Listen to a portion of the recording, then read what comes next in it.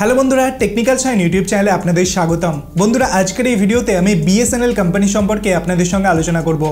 ভারতের মধ্যে একমাত্র সরকারি টেলিকম কোম্পানি বিএসএনএল তাদের মোবাইল টাওয়ার্সকে কিন্তু তারা প্রাইভেট টেলিকম কোম্পানিগুলোকে ভাড়ায় দেয়। হ্যাঁ বন্ধুরা, ভারতের মধ্যে জিও, এয়ারটেল, ভোডাফোন আইডিয়া এই যে তিনটে কোম্পানি আছে, এই তিনটে কোম্পানি তাদের বিভিন্ন জায়গায় যে সার্ভিস প্রোভাইড করে সেক্ষেত্রে তারা বিএসএনএলের মোবাইল টাওয়ারকে ইউজ করে। এই ব্যাপারটা সম্পর্কে কি আপনি এর আগে জানতেন? কিন্তু এটাই সত্যি। এবং বিএসএনএল এই যে তাদের মোবাইল টাওয়ার্সগুলো ভাড়ায় দেয়, এর থেকে প্রত্যেক বছর কয়েক হাজার কোটি টাকা বিএসএনএল এখানে ইনকাম করে।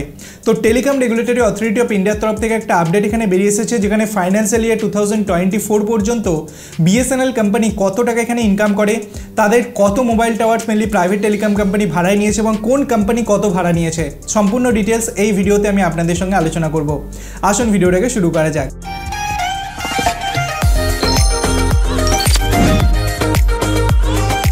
বন্ধুরা, আজকের দিনে বিএসএনএল কোম্পানি তাদের 4G সার্ভিসটা ভারতের পুরো জায়গায় লঞ্চ করতে পারেনি, তাদের বিভিন্ন জায়গায় লঞ্চ করছে, ধীরে ধীরে প্রসেসটা চলছে। কিন্তু প্রাইভেট টেলিকম কোম্পানি অলরেডি তাদের 4G ছাড়িয়ে 5G সার্ভিসটাকে লঞ্চ করছে। কিন্তু এমতো অবস্থায় বিএসএনএল কোম্পানি তাদের এক্সিস্টিং মোবাইল টাওয়ার্সগুলোকে কিন্তু 5G বা 4G ইউজ করার জন্য প্রাইভেট টেলিকম কোম্পানিগুলোকে তারা কিন্তু ভাড়া দিচ্ছে। এখন বিএসএনএল কোম্পানির তরফ থেকে এখনও পর্যন্ত যে টোটাল মোবাইল টাওয়ার্সের অ্যামাউন্টটা, সেটা হচ্ছে টোটাল 67,340টা মোবাইল টাওয়ার আছে বিএসএনএল এর মধ্যে, যার মধ্যে 12,502টো এমন মোবাইল টাওয়ার্স আছে যেটা বিএসএনএল তাদের বিভিন্ন প্রাইভেট টেলিকম কোম্পানিগুলোকে ভাড়া দিয়েছে। এবং এই ভাড়া দেওয়ার দরুন বিএসএনএল কোম্পানি কিন্তু এই সকল কোম্পানির কাছ থেকে টোটাল 1,000 কোটি টাকারও কিন্তু বেশি তারা ইনকাম করেছে। আমি যদি ফাইন্যান্সিয়াল ইয়ার 2024 এর কথা বলি, তো বিএসএনএল কোম্পানির তরফ থেকে এটা কনফার্ম করা হয়েছে কি বিএসএনএল কোম্পানি টোটাল যে ইনকামটা করেছে সেটা হচ্ছে 1,055.80 কোটি টাকা। আমি যদি 2024 ফাইন্যান্সিয়ালের কথা বললাম 1,055.80 কোটি টাকা, এবং আমি যদি সেম ব্যাপারটা 2011 ফাইন্যান্সিয়াল ইয়ারের কথা বলি, তো তখন বিএসএনএল কোম্পানি কেবলমাত্র ইনকাম করতো 30.73 কোটি টাকা।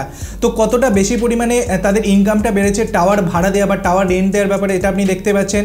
আমি যদি এক্স্যাক্ট ফিগারের কথা বলি, তো বিএসএনএল কোম্পানির যে টোটাল 12,502টো মোবাইল টাওয়ার ভাড়া দিয়েছে, তার মধ্যে রিলায়েন্স জিও সব থেকে বেশি বিএসএনএল এর মোবাইল টাওয়ারকে ইউজ করছে। রিলায়েন্স জিও টোটাল 8,408টা মোবাইল টাওয়ার্স ইউজ করছে।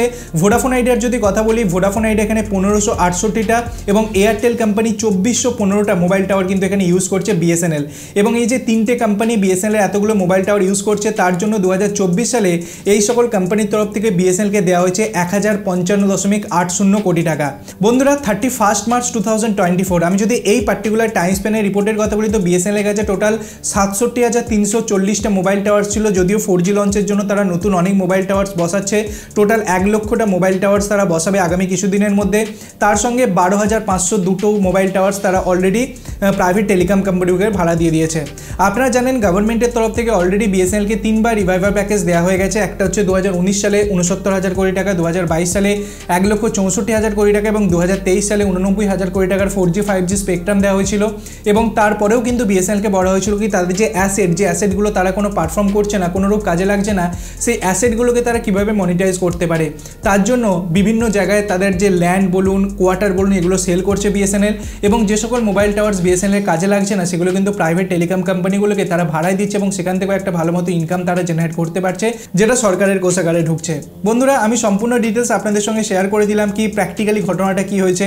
যদি ভিডিওটা ভালো লাগে, নতুন কিছু জানতে পারেন, ভিডিওটিকে লাইক করবেন, ভিডিওটি বন্ধুদের সাথে শেয়ার করতে ভুলবেন না, চ্যানেলটিকে সাবস্ক্রাইব করে পাশে বেল আইকন টিপতেও ভুলবেন না। ধন্যবাদ বন্ধুরা ভিডিওটিকে দেখার জন্য, সবাই খুব ভালো থাকবেন।